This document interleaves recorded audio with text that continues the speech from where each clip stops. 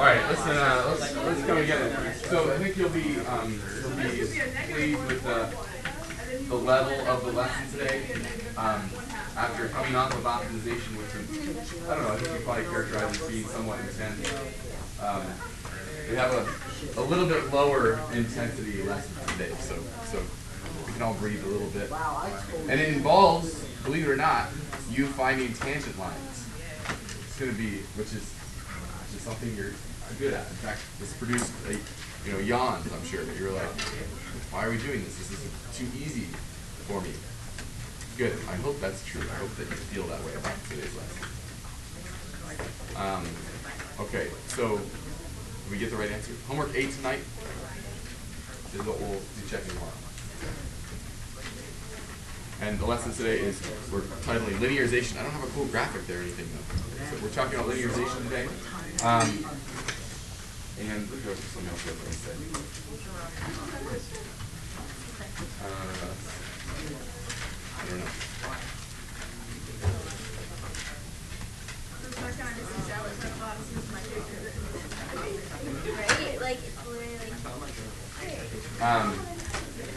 So we want to start today by considering what's perhaps one of the central ideas of calculus.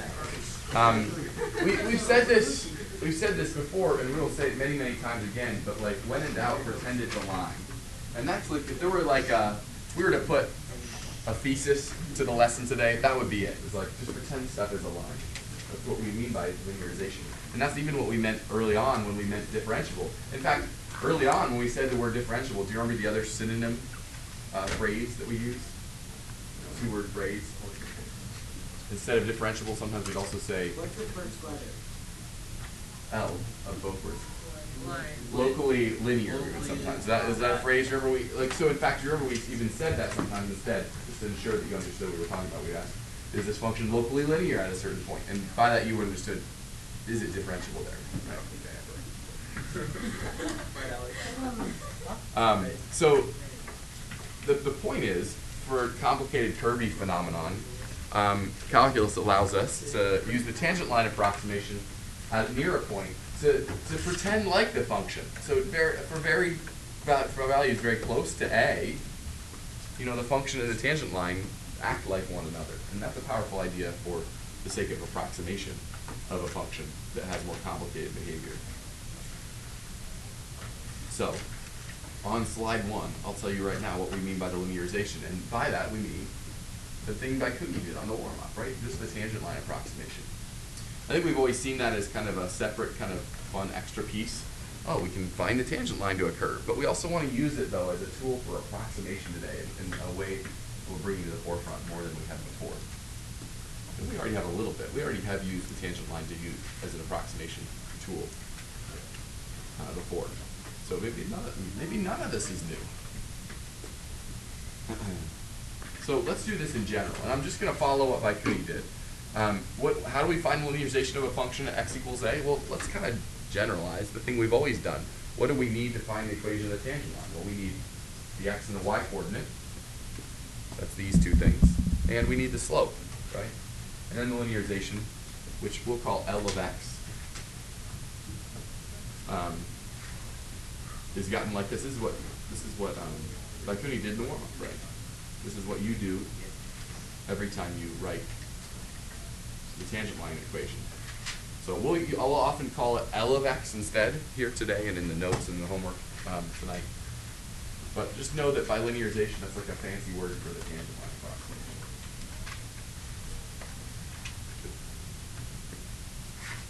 Hopefully nothing is weird yet. Everything looks good there. Yes. No surprises. I hope we're boring you to death. Okay. So again, to just emphasize, on the previous slide we saw the picture, curve, line. Here we've got the linearization, and we want to just emphasize that for points close to the center of the linearization, the point of tangency, if you will, we have f being approximately equal to L of x. Today we're most likely going to call this the linear approximation, L of x. But we've also called that the tangent line approximation before, and later in this course we'll call it the first order approximation. So just know that all those things mean the same thing though. Linearization, first order approximation, tangent line approximation. Still okay there?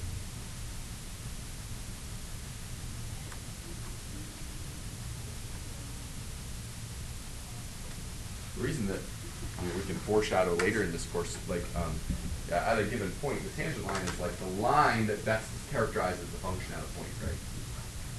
Later in the course, though, we'll be doing something called the more. You could already maybe see this being foreshadowed here. We'll be doing the second and the third order approximation of a function near a point, right? Like the parabola that best fits the function at a point, or the cube that best fits the function at a point, or something like that. So this is up to lines. The first order approximation of the tangent line is the best characterization we have of the function near a given point. So here's the warm up again, and just to use the language of the last slide, we have L of x equals 1/2 x plus 1, right?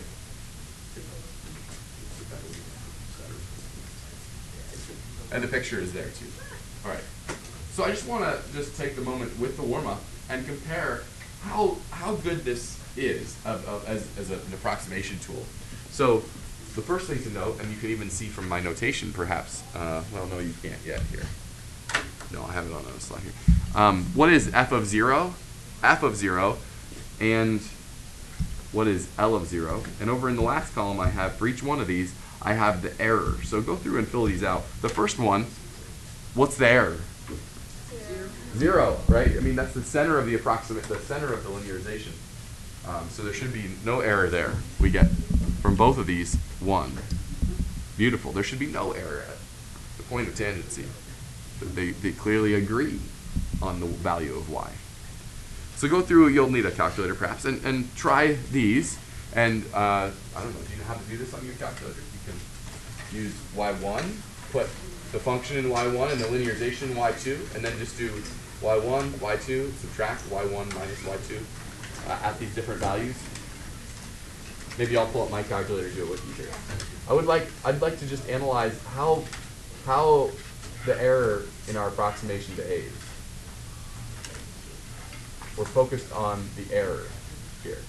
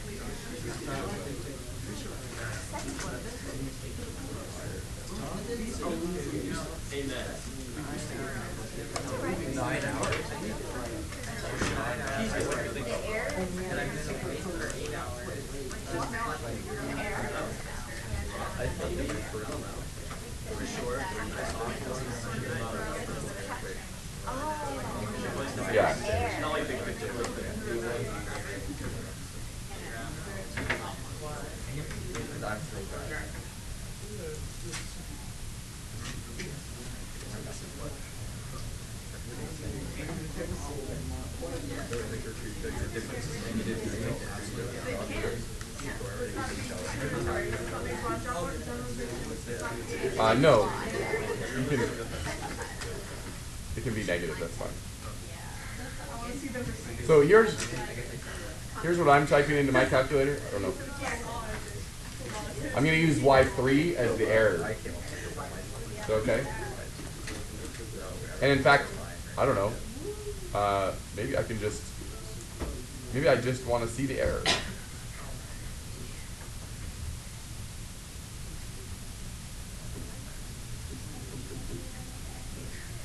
See, the error is going to be between, we want to go as big as 2 here on x. So let's go from -2 to 2. We'll examine the error on this interval. Y, and I don't know how big the error will be, but it's not very big probably here. Not bigger than 2, I don't think, on this interval.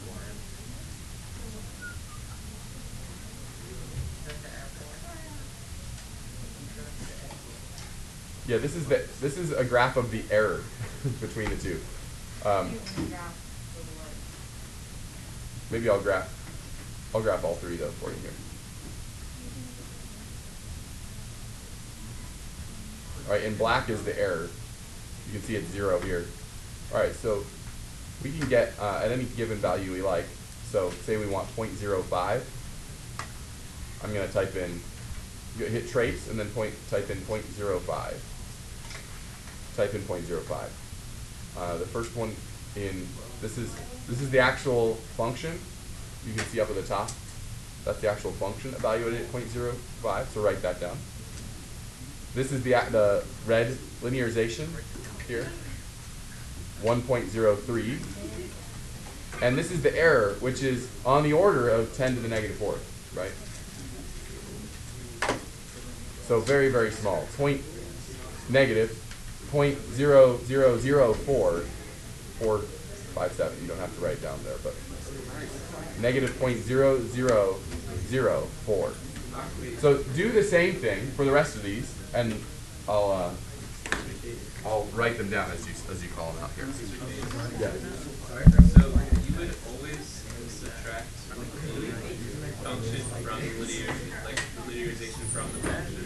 That's what we're doing here. There's no rule of thumb that's true. That just tells you that the linearization, if you wanted to like correct the linearization, you'd have to subtract a certain amount, right?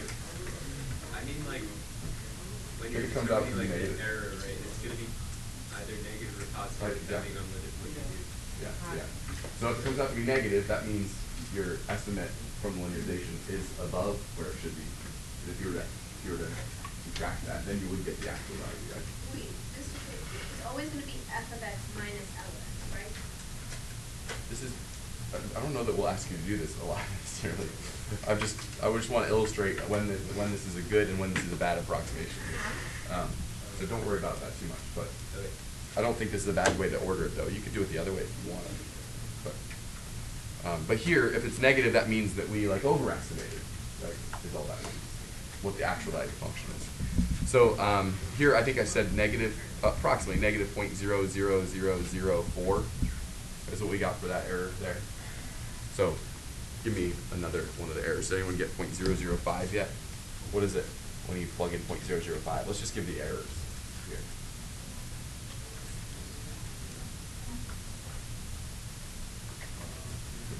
For 2, it's negative point. For 2, FO2, and this one down here, say it again. Negative 0.26. For 1, it's negative 0.09. Negative 0.09. Did anyone do 0.005 yet? Just give me the error. How many? Negative 0.0. How many zeros do I need? 5. Times 10 to the negative 6. So 1, 2, 3, 4, 5, and then a 3. How about whatever? But the point is, it's small. Okay. So of course, I think it matters. I think it matters, of course, how close you are to the center. But even when you're not actually, you might be thinking like, hey, we did the linearization at 0. Surely it's not that great of an estimate out at 2, but actually it's still not that bad, right? Depending on the function, of course. But of course, it's extremely good when we're close in. It's really not bad still, even at 1, we're only 0.09 off. And even at 2, it's not terrible, right? And hopefully you've seen some calculator skills there too. I don't know if you knew you could do that, y1 minus y2 and all that kind of stuff. It's useful. Of course, you saw one in the warm-up, but you could linearize lots of different functions. It turns out that these are the linearizations of these functions. You can work this out. Each one of these would only take you a matter of seconds to figure out. But they just come up a lot. Some of these have already been mentioned in this course, right? For example, like sine x. I think we had a discussion that sine x behave. I want you to make sure you're hearing this though too. I know you know how to take a derivative, find the derivative at 0, and find the tangent line. But remember that the context I remember talking about this in early on this year was when we were doing the limits unit, and we asked, what's the limit as x tends towards 0 of sine x over x? Do you remember that particular limit? And I said, the thing that matters when it comes to limits, because some people would say, like, if you were a pre-calculus student and I said, hey, what do you think is happening on the graph of sine x over x? At x equals 0, you would have been like, oh, well, there's a vertical asymptote because like the denominator is undefined. And that's only because you're not thinking about the definition of a vertical asymptote. The definition of the vertical asymptote is not what happens when the denominator is undefined. That's not the definition of a vertical asymptote. The definition of the vertical asymptote is when you get close to a number, when you get very, very close to 0, do you tend to infinity or negative infinity? Does the y value, right? That's what we're looking for. And what does that depend on? Well, that depends on the rate of change of each of these functions, right? So at near 0, how do these two functions change with respect to one another? And the answer is they have exactly the same rate of change near 0, right? Sine x and x are like basically the same function at 0. So, and the picture can show that too, right? You know that if you look at sine x near 0, it just looks like that. You might not have to do any work to guess that that's linearization. You'll be like, yeah, I think, looks like y equals x. The same thing is true of tangent of x too. This is an interesting one too. That can be gotten by taking derivatives. You could also maybe look at this is the very first part. Well, anyway, yeah. So you could, I won't let you work through it, but the point is, these come up a lot. You'll see these, so it's worth knowing. And they're, even if you didn't know them, you don't have to, please don't memorize them, but you can easily come up with them again if you need to. All right, so this maybe harkens back to the olden days here, maybe, perhaps. You might have this question, maybe a 21st century student doesn't have this question, but you might think, like, how does one even approximate the square root of a number? What is your calculator doing? Do we have it's not a subject of discussion in modern day mathematics, perhaps, but it's still a curious thing to think about. How does your calculator do what it does? In fact, you might have deeper questions than that. How does it find the sign of a value for values that are not nice? Or how does it do like almost any of the features that you would like it to do? How does it find the 0 of a function on the calculator that's not factorable or something like that? And the answer is, generally the answer is like calculus of various kinds. And we're going to answer a bunch of those questions this year. So yeah, in fact, it's tomorrow Newton's method. We're gonna use a 0 finding method tomorrow and illustrate how your calculator finds zeros. Starts with a guess. Do you remember that? Starts with a guess on your calculator. But what is it actually doing? We're gonna investigate that. So I'd like to kind of work through how to think about the square root of 80 from first principles here. What's your first thought as far as, like, if you were just to, like, someone stopped you on the street, what's the square root of 80? You use a calculator. You'd say it's approximately 9, right? You'd say it's like a little bit less than 9. So I think that's a good intuition that can help us with this. In particular, let's consider the function the square root of x, okay?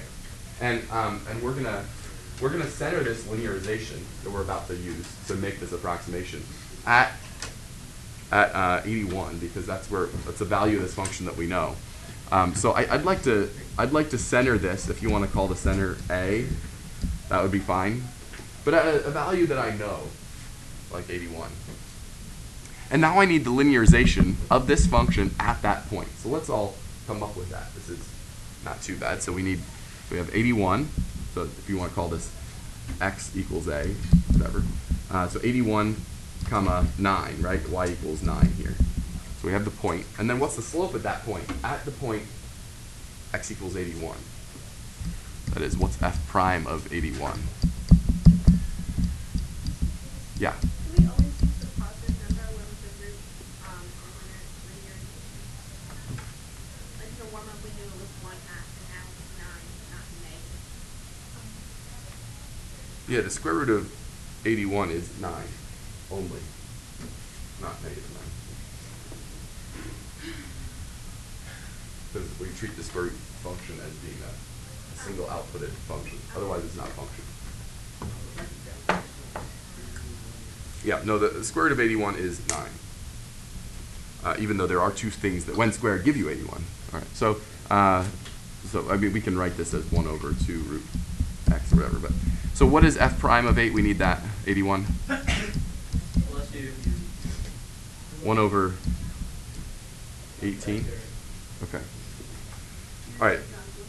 So now I think we're ready to write the linearization. It might not be obvious why we're doing this yet. But the point is, I don't know the square root of 80, but I do know how to like walk along a line and evaluate the function there.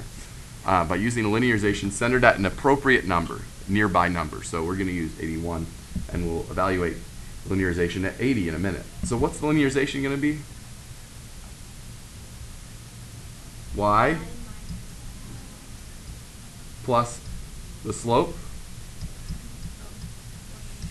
times x minus the center, just like that. So notice, for example, that if you plug in 81 to this linearization, since it's centered at 81, you get the perfect value, don't you? If you plug in 81, you get 9. But what happens if you plug in a value different than 81? Like, say, 82 or 85 or something like that. What do you get? Well, you don't get the square root of that number, but do you get something that's decent? You get something that's, you can imagine if you're picturing the curve, you get something that's not quite on the curve, but if we're nearby on this linearization, if we plug in numbers close to 81, it will get like a pretty darn good approximation of that value. So, and we'll see what it is with your calculator afterward. We'll compare how we do. But I'm asking us to evaluate in particular, what do we think L of 80 is? Because I think that's going to be, and I'm going to put an approximate symbol here, I think that's going to be a pretty good approximation of what f of 80 is. And by f of 80, of course, I mean the square root of 80, right? So what is 80 when you plug that in there? 9, yeah, minus 1 copy of 1/18, right? If you plug 80 in there. So we could write, I don't know what's the most helpful way to write that, but we could write 8 and 17/18 if you like, or you could write, we could try to find a decimal approximation for that. But I think that's a decent, let's actually compare them now. Let's see, what is the square root of 80 on your calculator? What does your calculator tell you? And then tell us what 9 minus 8.944, they'd like agree to 3 decimal places? Yeah. All right, so as you can see, that's like I said earlier, pretty darn good. Even though, yeah, so this is a good technique for finding the square root of 80. Using linearization. So actually that generalizes, right? If you were trying to find a square root near a different number, you wouldn't want to use this approximation. You maybe want to use a linearization centered at some other convenient value, maybe.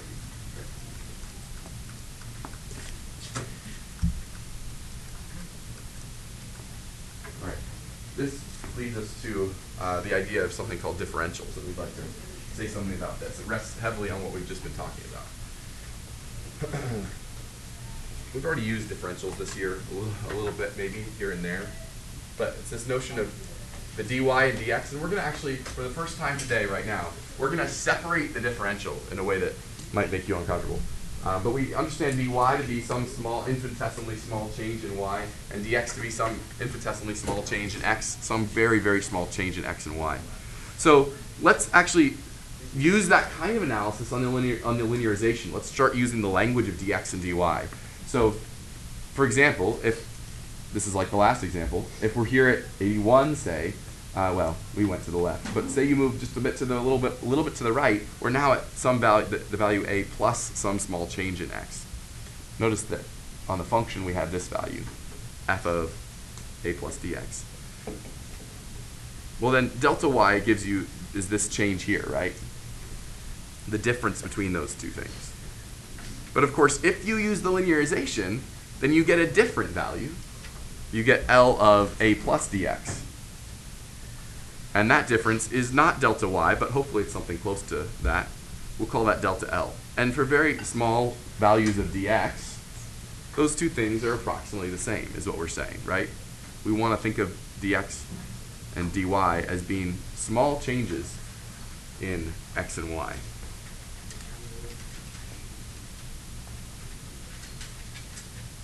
The derivative in general, and the linearization in particular, records for us, really, we want to, I hope maybe we've always been thinking about differentials this way, but really in some sense, what is a derivative? It's the sensitivity of the output of some function to changes in its input, right?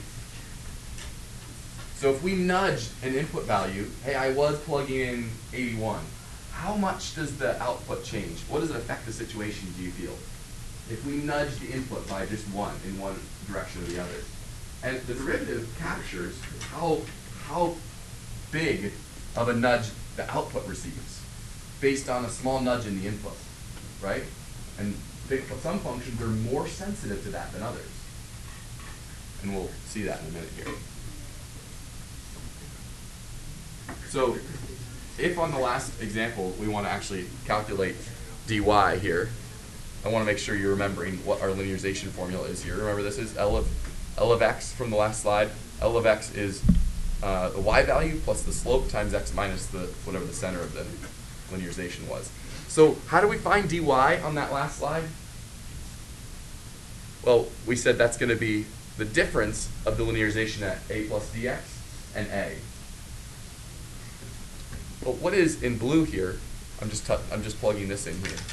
If you plug in a plus dx to your linearization, what do you get just right here? A plus dx minus a. It's just dx here. And out front, what happens here? We have f of a from this. Notice that, like I said, in blue here, I'm just plugging a plus dx into my linearization. Well, this f of a and L of a and f of a, remember, are the same. It's at the center. There's no, it's not approximately equal. At a, L of a and f of a are the same thing, right at the center, aren't they? There's no disagreement at all. So I can swap that out. And then when I subtract here, I get just that dy is equal to f prime of a times dx. Now, in some sense, that's a lot of work for something that you already perhaps knew, that dy is equal to f prime of x times dx. But it's really, I want to make sure you're, in some sense, you're like, hey, isn't just dy dx, like the dy divided by dx, f prime of x, isn't that like a better way to think about this? Well, I see that.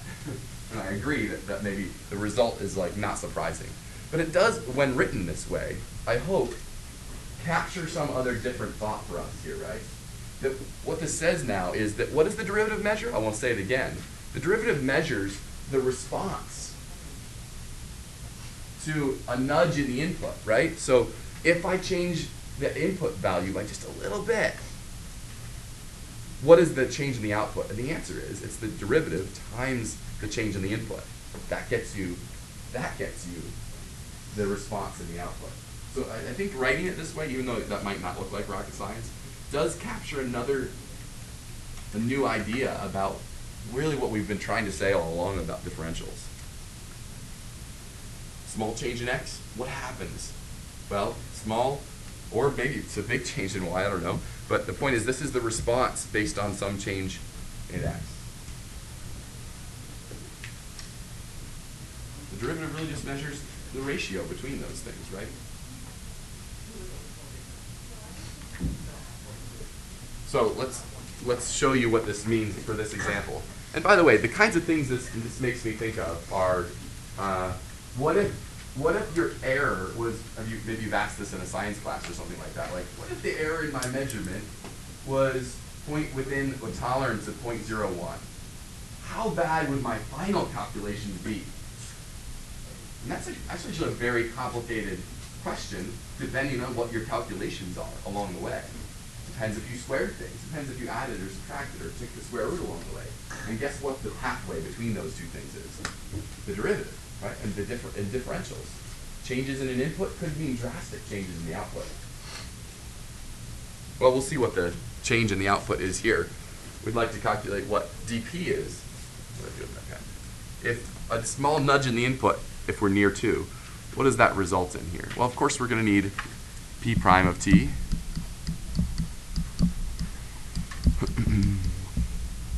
And we're going to need to evaluate it at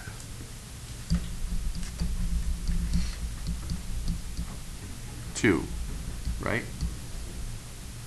And dt, I'll write dt here, but we're being told that the small change in t we're considering right now is 0.1.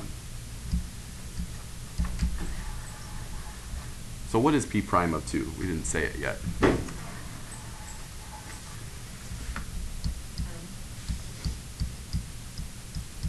So what does dp come out to be? What change do we have for the output? Given that we nudged the input by a tenth, by 1/10, the change in the output, near 2, if you were to do that, the change in the output is approximately 1, 10 times as big, right? Is that an okay way to characterize it? We're done with this problem. Is that an okay way to characterize what the derivative is really kind of trying to say? Is if you nudge the input, if you're near 2, you nudge the input by only a tenth, then the output nudges by 1, right? Okay, thank you. Appreciate it. All right, so let's do the same kind of analysis. Here, there's no language of dt's and dp's here, but really we're doing the same kind of thing here, aren't we? Consider a circle of radius 10. How much will the area change if you nudge the radius by just 0.1?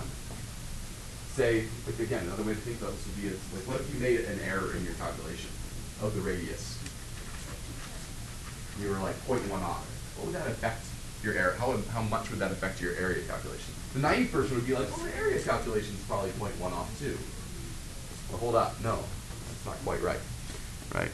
We understand that that's the output of some function. Well, what is the area? Area equals pi r squared. But we're going to take a derivative of this, right? This is a of r. So we need a prime of r as well, which is 2 pi r. Wait a second. Oh, wait. Startling. Cheaper. All right, and then what? Yeah, we need, what are we trying to find? We're trying to find dA under a small nudge of r, as in dr, we're letting be 0.1, right? So we're going to write a prime of r dr here. This is what we want in our lives. So, in general, dA is equal to 2 pi r dr, right? So let's plug these things in now as we like. This is the boring part now. 2 pi times 10 times dr is 0.1, I guess. Okay. So this is convenient to be working with 0.1 nudges, isn't it? We like working with 0.1s and 10s. Very nice. So we get 2 pi. So this is interesting. A nudge, that's actually a pretty significant nudge.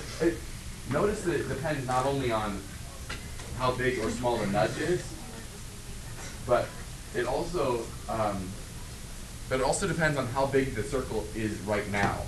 Notice that response to the input would be there'd be quite a bit more difference in the calculation if you had a huge circle. Just a small nudge would mean a huge increase in area. And by the way, what does that increase in area look like if you were to nudge it from 10 to 10.1? What is that little sliver? Yeah, in some sense, maybe we're seeing why the circumference formula shows up here. The area changes in an amount proportional to the circumference, right? So that actually is not just intuitive now. You can see it right here. This is what it just says. The area changes exactly in proportion to the radius, right? That makes sense. And by that, we literally mean proportionally to the radius. Yeah. I get what's wrong with just finding 10? Yeah, and let's do that and see what the difference is, because it is actually not the same, is it? Okay. Let's see. And you'd say that's actually a better estimate. So Derek suggested I was going to do this even without this prompting. But what is the actual difference in the area?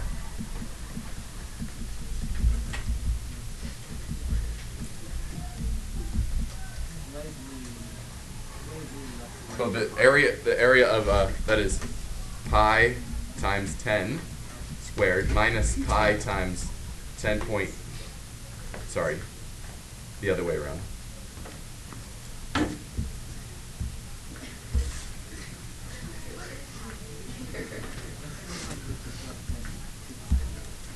(10.1) squared minus pi times 10 squared. What is the actual difference? Is it anywhere close to what we are approximating? Remember, we're using linearization technology here.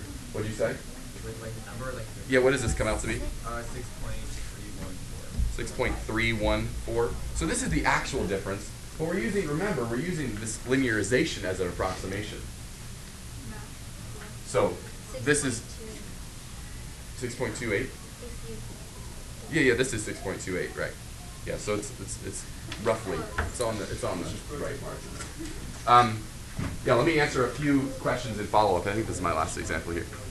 So one criticism might be like, why work with the derivative at all if we have access to the function? And the first reason is like we're training you because there will someday come a day when you're working with a function that is not so simple.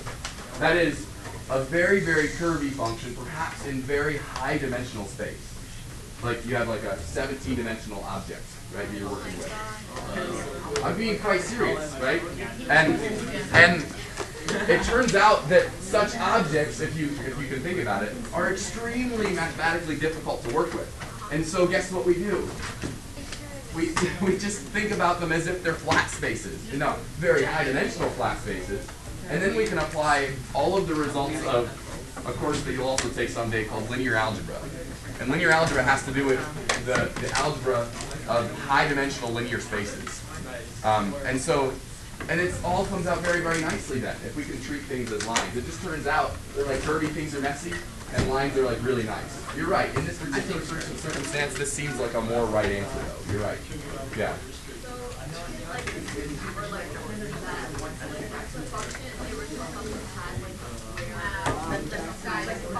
Yeah. Alex, what are you listening to right now? For values greater than yeah, well yeah. For values that are close to 0.1, it'll be greater.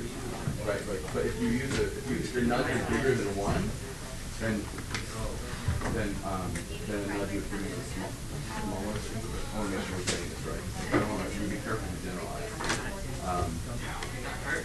Yeah.